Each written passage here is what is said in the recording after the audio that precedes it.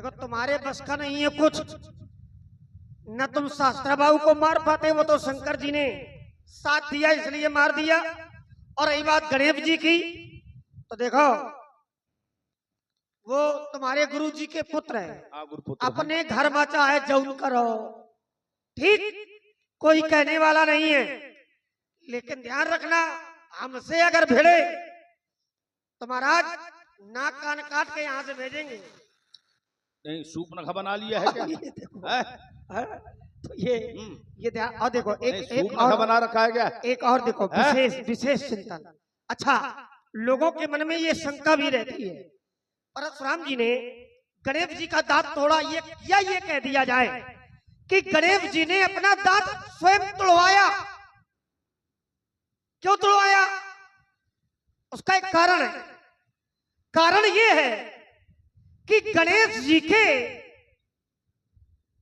दाहिने दांत के द्वारा एक राक्षस का वध होना था, ये वरदान था उसे। उस राक्षस का नाम था गजासुर, गजासुर नामक दैत्य। और गजासुर का वध गणेश जी के दांत के द्वारा ही होना था। इसलिए चाहे मान लो कि तोड़ा और चाहे मान लो कि तोड़वाया। अच्छा, गणेश जी के दांत के द्वारा और क्या हुआ? तो एक तो गजासुर का वध हुआ और दूसरा कार्य क्या हुआ? तो ये जो महाभारत पुराण है, महाभारत सबने सुनी होगी और महाभारत देखी भी होगी। तो ये महाभारत ग्रंथ की जो रचना हुई है, लिखा गया है, ये गणेश जी के दांत के द्वारा ही लिखा गया। गणेश जी के टूटे हुए दांत के द्वारा ही महाभारत ग्रंथ की रचना हुई है। तो ये दो काम होने थे, इसलिए चाहिए मान लो कि इन्होंने तोड़ा है और चाहिए मान लो कि जानबूझ के गणेश जी ने तोड़वाया है। हम तो यही मानेंगे कि तोड़वाया है, क्योंकि इनके बस का नहीं है कुछ। वाह, बहुत सुंदर, बड़ा ही सुंदर सहयोग है और बड़ा ही दिव्य संवाद सुन रहे हैं आप। इसी पर प्रभावित हुए भाई हमारे भगवान दास पाल जी, आदरणीय भगवान दास पाल जी, आपकी ओर से 101 मुद्राएं भगवान श्री परशुराम जी और लक्ष्मण जी के चरणों में प्रदत्त हुई हैं। बहुत बहुत धन्यवाद। अच्छा, साधु। अब आप लोग बताइए कि जानबूझ करके कोई अपना दांत तोड़वाएगा? अगर युद्ध होगा तो जानबूझ कर तुम अपना दांत तोड़वा लोगे? हैं? दांत, हाथ, पांव कोई जानबूझ कर युद्ध में अपना तोड़वा सकता है? वो तो व्यवस्था के कारण, जब एक दूसरे के ऊपर वार हो रहा है, सहस्त्रा बाहु का वध करके हम भगवान शंकर का दर्शन करने के लिए गए और गणेश जी पहरे में लगे थे। गणेश जी ने रोका, हमने कहा, हमने प्रतिज्ञा किया है कि तत्क्षण भगवान शिव का दर्शन करेंगे। और जब वो नहीं माने तो युद्ध हो गया परस्पर। और जब परस्पर युद्ध हो गया तो ये परस का प्रहार हमने कर दिया, तो एक दांत जो है खड़ाक से टूट गया। लेकिन गणेश जी को जो सिर लगा है तो काहे का लगा है? हाथी का। और हाथी के दो तरह के दांत होते हैं, दिखाने वाले अलग और खाने वाले अलग। तो जो हमारे द्वारा तोड़ा गया था वो दिखाने वाला दांत तोड़ा गया था, और जो दिखाने वाले दांत होते हैं वो समय समय पर वैसे भी काटे जाते हैं, है ना। और वो दांत बहुत महंगे बिकते भी हैं। और उन दांतों की एक विशेषता भी हम बता दें, अगर किसी के बाल झड़ गए हो तो हाथी के दांत की भस्म को आगे में जला करके और उसके पश्चात रसौन यानी लहसुन का रस, चरक संहिता में रसौन कहा गया है लहसुन को, तो यानी उसका रस, और वो लेप करने से 8 दिन में जो है झड़े हुए केस पुनः जो है उगाते हैं। चरक संहिता का मत है। हमें वैदिकी का भी अनुभव है, ध्यान रखना भला, वैदिकी का भी अनुभव है, ज्योतिष का भी अनुभव है, तंत्र मंत्र यंत्र हम सबको जानते हैं। राजकुमार, तुम हो 16 वर्ष के और हम हैं 16,000 वर्ष के, और अभी तो वैवस्वत मनवंतर चल रहा है, आगे श्रवण मनवंतर आएगा, और जब श्रवण मनवंतर आएगा तो हम अभी सप्त ऋषि बनाए जाएंगे। एक कल्प में 14 मन होते हैं, जिनका कार्यकाल 71 युग से कुछ अधिक होता है। सर्वभूतानि कौन्ते प्रकृति में माम काम कल्प छे पुरस्तानि कल्पादो विश्व सृजा में हम, यानी 4 अरब 32 करोड़ वर्ष का एक कल्प होता है। कितने समय का? 4 अरब 32 करोड़ वर्ष का एक कल्प होता है। तो जिसमें 14 मन होते हैं और जिनमें सृष्टि का निर्माण होता है। और इसके उस कल्प में 4 प्रकार के प्रलय भी होते हैं, नित्य, नैमित्त, प्राकृतिक और अत्यांतिक। नित्य अमुक की मृत्यु हो गई, निमित्त इस कारण से हुई, प्राकृतिक प्रलय यानी महामारी, जैसे एक महामारी कुछ दिन पहले आई थी ना। और आत्यांतिक प्रलय, जब आत्यांतिक प्रलय होता है तो संसार में कुछ भी नहीं बचता है, सब कुछ समाप्त हो जाता है। केवल उस समय ब्रह्म की सत्ता होती है और कुछ भी इस संसार में नहीं रह जाता। पृथ्वी तत्व जल तत्व में लीन हो जाता है, जल तत्व अग्नि तत्व में, अग्नि तत्व वायु तत्व में, वायु तत्व आकाश में, आकाश अपने गुण शब्द में, शब्द महातत्व में, महातत्व प्रकृति में, प्रकृति अहंकार में, और अहंकार ब्रह्म में। केवल ब्रह्म की सत्ता होती है। इनमें सब सृष्टि रचत रात प्रलय हो जाए, ऐसी स्थिति होती है राजकुमार लक्ष्मण। महाप्रलय। आइए महाराज, बड़ा ही सुंदर एक व्याख्यान आपके द्वारा दिया गया। 4 प्रकार की प्रलय आपने बताई, और जब महाप्रलय आती है तो महाराज महाप्रलय में सारा संसार परमात्मा में समाहित हो जाता है। इसके बाद जब दूसरा कल्प प्रारंभ होता है तो फिर पुनः परमात्मा के द्वारा सृष्टि रचना की जाती है।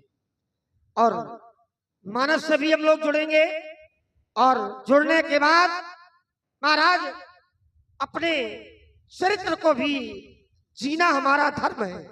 इसलिए सुनऊ देव सब धनुष समाना, छुअत टूट रघुपति न दोसु, और मुनि बिनु काज करिए कत रोसु। का क्षति लाभ और जीर्ण धनु तोरे, और देखा राम नयन के भोरे। महाराज ये धनुष राम जी के छूने से ही टूट गया, इसमें रघुपति का कोई दोष नहीं है। देखिए, सुनहु देव सब धनुष समाना, देव धनुष सब समान है। और सुनहु देव कि इनको हम कोई धनुष दे दे तो सब बराबर है, और चाहे सुनहु देव सब धनुष समान आ गई, सब धनुष समान है। लेकिन ना, संसार में जितने धनुष हैं उनकी लंबाई है 3.5 हाथ, और इस धनुष की लंबाई है 5.5 हाथ। अर्ध पंच हस्तम तू श्रेष्ठम चापम प्रकीर्ततम तद्गेयम धनु दिव्यम शंकरेण धृतम पुरा। अर्ध पंच हस्तम यानी आधा और 5 यानी 5.5। हाँ, तो 5.5 हाथ इसकी लंबाई है। और संसार में जितने धनुष है उनकी लंबाई 3.5 हाथ, तो बराबरी हुई ना? हुई ना? यहां भी अंतर है, समान कहाँ रह गए? का क्षति लाभ है, लाभ बहुत कम हुआ। जिसने तोड़ा तो उसके हृदय में, उसके मन में ये लोभ होगा कि हमारा पानी ग्रहण संस्कार हो जाएगा, लेकिन क्षति बहुत बड़ी हो गई। क्यों? कि धनुष को माना गया है विज्ञान, पर विज्ञान कठिन को दंडा, श्रेष्ठ विज्ञान है। और अगर विज्ञान को नष्ट कर दिया गया है तो बिना विज्ञान के समता नहीं आ सकती है। बिन विज्ञान की समता आवई और को अवकाश की न बिन पावे। बिना विज्ञान के समता नहीं हो सकती है, और जहां समता न होगी, विषमता होगी, तो कहीं ना कहीं बहुत बड़ा विरोधाभास उत्पन्न हो जाएगा। इस धनुष का एक प्रभाव था कि जिस देश में होगा उसको कोई पराजित नहीं कर सकता है। और अगर ये धनुष अखंड होता तभी भारत अखंड होता, विधर्मियों का अत्याचार न बढ़ता, मंदिर न तोड़े जाते, और सनातन धर्म के लोगों को इतना प्रसारित न किया जाता। तो क्षति बहुत बड़ी हुई है। क्या कह रहे हो कि छूने से टूट गया? धनुष एक ओर बंधा रहता है, दूसरी ओर खींचकर चढ़ाया जाता है, इसे अटनी और सुआ के नाम से जाना जाता है। तो लिया गया, खींचा गया और चढ़ाया गया, ये सारी क्रियाएं की गई, और जब कर्ता के द्वारा क्रिया की गई तभी इसका खंडन हुआ। अब हम परस की ओर देख रहे हैं संदर्भ के अनुसार कि हमारा स्वभाव तुमने नहीं जाना, रेसर सुने स्वभाव न मोरा। और स्वभाव क्या? कि बालक बोली बधाओ नहीं तो ही केवल मुनि जन जाना समोही। बालक को न मारना चाहिए, नारी को न मारना चाहिए, ब्राह्मण को न मारना चाहिए, संत को न मारना चाहिए, वृद्ध को न मारना चाहिए, और जो उन्मत्त हो यानी नशे में हो उसे न मारना चाहिए, और जो विक्षिप्त हो यानी पागल हो उसे न मारना चाहिए, जो युद्ध से भाग जाए उसे न मारना चाहिए, और जो शरण में आ जाए उसे न मारना चाहिए, और जो सो रहा हो उसे न मारना चाहिए। तो आदि आदि युद्ध के सारे नियम हम जानते हैं, इसलिए बालक बोल बधो नहीं तू ही, केवल मुनि चढ़ जाना समूही। केवल तुमने हमें साधारण मुनि मान लिया है, हम कैसे मुनि हैं? बाल ब्रह्मचारी को ही, विश्वविदित क्षत्रिय कुलद्रोही बाल ब्रह्मचारी, ये मुनि का द्योतक है, अति को ही ये क्षत्रित्व का द्योतक है। अब देखिए, मृत्यु जरा व्याधि नाशो पीयूषम परम औषधम ब्रह्मचर्य महदीयतम सत्यमेव वदामि हम, यानी मृत्यु, रोग और जरा यानी बुढ़ापा की एक अचूक औषधि है, क्या है? ब्रह्मचर्य, यहाँ बाल ब्रह्मचारी। अब देखिए, सब लोग जो है बाल ब्रह्मचारी नहीं हो सकते हैं, लेकिन ये कोई नहीं सोचता कि हमें बुढ़ापा आकर घेर ले, हम बूढ़े हो जाएं, कोई सोचता है? तो इसका भी एक उपाय बताया गया है ब्रह्मवैवर्तक पुराण में। तो कहो तो तुम लोगों को बता दें कि बुढ़ापा शीघ्रता से तुम लोगों के पास ना पाएगी, और कहो तो ना बताएं, बताएं। देखिए, उपाय तो बहुत बताए गए हैं, लेकिन साधारण उपाय हम बता रहे हैं तुम लोगों को। स्नान के पश्चात जब व्यक्ति अपने शरीर में तैल मर्दन करता है, तो कान के पुटों में यानी कान में एक दो बूंद अगर डाले नित्य प्रति, और पैर के तलवों में लगा ली तेल, तो फिर शीघ्रता से बुढ़ापा उसके ऊपर अतिक्रमण नहीं कर पाती है। ये ध्यान रखना। क्या करना है, क्या बताया हमने? तेल को कान में एक दो बूंद डालना है और पैर के तलवे में लगाना है। तो ऐसी प्रक्रिया करने से फिर बुढ़ापा उसके ऊपर बहुत शीघ्रता से अतिक्रमण नहीं कर पाती है। तो ये क्रिया करना तुम लोग भला, ये नहीं कि हम जो बता जाएं तो इस कान से सुनो उस कान से उड़ा दो। ये पुराण और शास्त्रों की बातें हम बता रहे हैं, और हम ये प्रयास किया करते हैं कि ऐसा कुछ हम खोज करें, अध्ययन करें कि हमें कुछ प्राप्त हो जाए, तो हम कम से कम समाज में बताएं, तो हमारे उस कथन से जो हमने चिंतन किया है समाज के लोगों को कुछ लाभ मिल जाए, तो हमारा अध्ययन करना सार्थक हो गया। अगर हमारे अध्ययन से जनमानस को कुछ लाभ मिले, कुछ हमने दिया समाज को, ये सबसे बड़ी बात होगी। पहले ये बता दीजिए कि पश्चात मानी बात में यहाँ करना है, नहाने के बाद? हाँ हाँ हाँ, स्नान के बाद, वो हमने बता दिया स्नान के बाद। हाँ हाँ, थोड़ा मैंने एक दो बूंद कान में। आइए, तेल डालो या न डालो, हो गया। हाँ, क्षत्रिय कुलद्रोही। हो गया। और हमारे द्वारा क्या किया गया है कि भुजबल वो आगे सुनेंगे हम वो क्या बिल्कुल किया नहीं, विपुल बार मही देवंदी नहीं, हाँ। अपने भुजाओं के बल पर इस पृथ्वी को हमने राजाओं से रहित कर दिया था, और होता को पूर्व दिशा, ब्रह्मा को दक्षिण दिशा, धर को पश्चिम दिशा, उद्गाता को उत्तर दिशा, फिर क्या किया? मध्य की भूमि गंगा यमुना के मध्य का जो हाँ, वो क्षेत्र जानते है हैं। कश्यप इसको दान में दे दिया हाँ। था। सात बाहु छेदन में हारा परस बिलोक मही कुमारा सहस्त्र बाहु, ये 1000 भुजा काटने वाला है परस ये। और सहस्त्र बाहु के 9995 पुत्रों को मारा था हमने, 5 पुत्रों को छोड़ दिया था। क्यों? कि सहस्त्रा बाहु की धर्म पत्नी मनोरमा और हमारी माँ रेणुका सगी बहनी है, सगी बहन। हाँ, तो उनकी धर्म पत्नी के कहने से हमने 5 पुत्रों को छोड़ दिया था। इसलिए जयध्वज, क्योंकि बरसब, क्योंकि उर्जित, सूरसेन। उन 5 पुत्रों ने आपके संप्रदाय को स्वीकार कर लिया था, है ना? हाँ। आइए, अब आपने कहा कि सारे संसार के जो धनुष है वो 3.5 हाथ के हैं, और जो टूट गया ये 5.5 का था। देखो, हम आकार में समता थोड़ी कर रहे हैं। आकार में कोई बराबर नहीं हो सकता है, कोई बड़ा होगा कोई छोटा होगा। ये 5.5 हाथ का था, और संसार के धनुष 3.5 के होते हैं। और व्यास जी, इस समय जो परशुराम जी के पास में वो 7 बीते का है कि नहीं? सप्तबीता 7 बीते का है, जिसका नाम है सारंग। तो आकार में हमने समता थोड़ी की है, लेकिन चाहे परशुराम जी का धनुष हो, चाहे शंकर जी का धनुष हो, चाहे हमारा धनुष हो, चाहे राम जी का धनुष हो, संसार में किसी व्यक्ति का धनुष हो, आकृति सबकी एक जैसी ही होगी। आकृति एक जैसी ही होगी, और उस धनुष से कार्य एक ही किया जाएगा। क्या किया जाएगा? बाण का संधान। क्या कोई भी धनुष हो तो इन गुण और आकृति के अनुसार हमारी समता है। और अगर एक भी गुण मिल जाए तो समता हो जाती है। एक गुण मिला तो आचार्यों ने कह दिया उल्टा नाम जपत जग जाना और वाल्मीकि भय ब्रह्म समाना। और व्यास जी आप आ गए हैं तो अच्छा एक बात बताइए राजकुमार कि ब्रह्म के समान क्या हो सकता है? जैसे समान अक्षय नहीं कोई, ब्रह्म के समान कोई हो सकता है? अब तक सत्यम ज्ञान मनंतम ब्रह्म माया परछिन्न जड़ जीव की समान। वाल्मीकि भी जो है जीव कोट में है। तो देखिए जो यहाँ ब्रह्म का अर्थ लिया गया है तो काहे से लिया गया है ना? यहाँ ब्रह्म का अर्थ लिया गया है ब्राह्मण से। ऐसे हाँ ब्राह्मण से, है ना? चल न ब्रह्म कुल सन बरियाई असत्य कहो तो भुजा उठाई। देखिए आस्थान के अनुसार शब्द का अर्थ बदल जाता है। जैसे दाम शब्द जहां भी आया तो उसका अर्थ बदल गया। काम ही नार प्यार जिम और लोभी प्रिय जिम दाम, तो यहाँ दाम का अर्थ काहे से है? धन से है। अब जैसे भरद्वाज सुन जाहि जब होए विधाता पाम, तो धूर मेरु सम जनक जम ताहि ब्याल सम दाम, यानी कि दाम यानी रस्सी, रस्सी सांप के समान दिखाई पड़ेगी। श्याम सरोज दाम सम सुंदर, तो यहाँ दाम का अर्थ है माला से। तो स्थान के अनुसार शब्द का अर्थ बदल जाता है। ब्राह्मण तो बहुत है हाँ, पर सबके लिए ब्रह्म के लिए नहीं कहा गया। वाल्मीकि जी ये जो है सब ब्रह्म के समान है। देखिए वाल्मीकि जी जो है पथभ्रष्ट हो गए थे राजकुमार, है ना? भाई ब्राह्मण तो ब्राह्मण वो जन्म से है कि कर्म से? क्या? वाल्मीकि जी देखिए ब्राह्मण ब्राह्मण जो जन्म है से है कि कर्म से? जन्म से है ब्राह्मण, जन्म से। कर्म से नहीं, जन्म से। ठीक, जन्म से ब्राह्मण है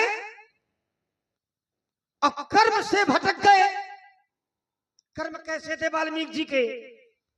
तो महाराज जो पूर्व के कर्म है उसमें वो चोरी करते थे, मारते थे, लूटपाट करते थे, मार्ग से भटके, संतों का सत्संग मिला, पुनः ब्रह्म ज्ञान की प्राप्ति हुई। और महाराज 6 ऐश्वर्यों में 3 ऐश्वर्य महात्मा वाल्मीकि जी को प्राप्त हुए। और उन 3 ऐश्वर्यों से मिलकर महाराज एक महाग्रंथ की रचना वाल्मीकि जी के द्वारा की गई, जिसे आप लोग मानस या कह दिया जाए रामायण के नाम से जानते हैं। रामायण की रचना श्री वाल्मीकि जी के द्वारा ही की गई है। तो उनमें से एक ऐश्वर्य परमात्मा के गुण से मिल रहा है, इसलिए इस गुण को आधार बना करके ही महाराज वो समता वाल्मीकि जी की ब्रह्म से की गई है। हाँ ब्राह्मण भी, अब ब्राह्मण तो तुम भी हो, तुम्हें तो ब्रह्म नहीं कहा गया, तुम्हें ब्रह्म के समान नहीं कहा गया। ब्राह्मण तो बहुत है, संसार में बहुत से ब्राह्मण है, पर हर ब्राह्मण को ब्रह्म की उपाधि नहीं दी जा सकती है। बहुत से ब्राह्मण है, कौन नहीं है महाराज? अब एक ऐसा ब्राह्मण है जो निशाचर कुल में जन्मा है, तो ये कह दिया जाएगा क्या कि वो ब्रह्म के समान है? ऐसा नहीं हो सकता है महाराज। जिसे परमात्मा से जोड़ा जाएगा तो कोई ना कोई परमात्मा का गुण, कोई ना कोई परमात्मा का ऐश्वर्य, खट ऐश्वर्य होते, और खट ऐश्वर्यों में महाराज कोई ना कोई ऐश्वर्य परमात्मा से मिलना चाहिए, जुड़ना चाहिए। अगर ऐश्वर्य की प्राप्ति हमें हो गई तो फिर हमें कह दिया जाएगा कि हम ब्रह्म के समान हो गए। ब्रह्म नहीं हुए, समत्व हो गया, समानता हो गई महाराज, समता कर दी जाएगी। अब आपने बताया सुने स्वभाव न मोरा रे सठ, तो व्यास जी हमारा भी कहना है, और क्या कहना है?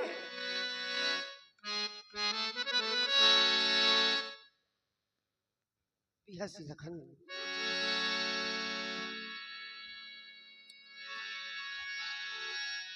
बिहसे लखन बोले मधुबानी, अहो मुनीस महाभटमानी। अहो मुनीस महाभटमानी, महाराज आप महाभटवानी होकर कर्म कैसे कर रहे हैं? तब पुनी पुनी पुनी पुनी मोही और दिखावो कुठारू चाहते बुढ़ावन फूक पहाड़ू। आप बार बार मुझे कुठार दिखा रहे हैं, मानो मैंने कभी देखा ही ना हो। अरे महाराज, हमारा जन्म ही और पालन पोषण ही धनुष बाण कुठार खड के बीच में किया गया। ये दिखाने से हम कभी डरेंगे नहीं। फिर आप तो मानो फूंक से पहाड़ उड़ाना चाहते हो, असंभव। क्योंकि यहाँ कोमल और बतिया को नाही जे तर्जनी देख मुरझाई। यहाँ पर कोई कच्चे कमरे की बतिया नहीं है जो तर्जनी रूपी पुरुष को देख करके मुरझा जाएगा। महाराज देख कुठार सरासर बाना, मैं कुछ कहा सहित अभिमाना। हाँ, आपका मैंने जनेऊ देखा प्रभु शुद्ध समुझ, ये जनेऊ बिलोकी। अब जो कुछ कहाऊ साहू रोकी। महाराज क्योंकि हमारे यहाँ की रीति है सुरमई सुर हरिजन अरुगाई हमरे कुल इन परम सुराई। महाराज बधे पाप कीरति हारे, मारत हूँ पापरी तुम्हारे, कोटि कुल संपचन तुम्हारा और व्यर्थ धरे धनुमान कुठारा। जो भी लोग अनुचित के हूँ क्षमऊ महामुनि धीर। आइए देखिए, वाल्मीकि जी के गुरु हैं नारद जी। अब वाल्मीकि जी के जो शिष्य हैं वो हैं भरद्वाज जी। एक बार तमसा नदी के तट पर उन्होंने देखा कि एक बधिक ने कांच पक्षी के जोड़ा में से एक को मार दिया। उसी समय छांद वृद्ध उनके मुख से श्लोक निकला, मां निषाद प्रतिष्ठाम।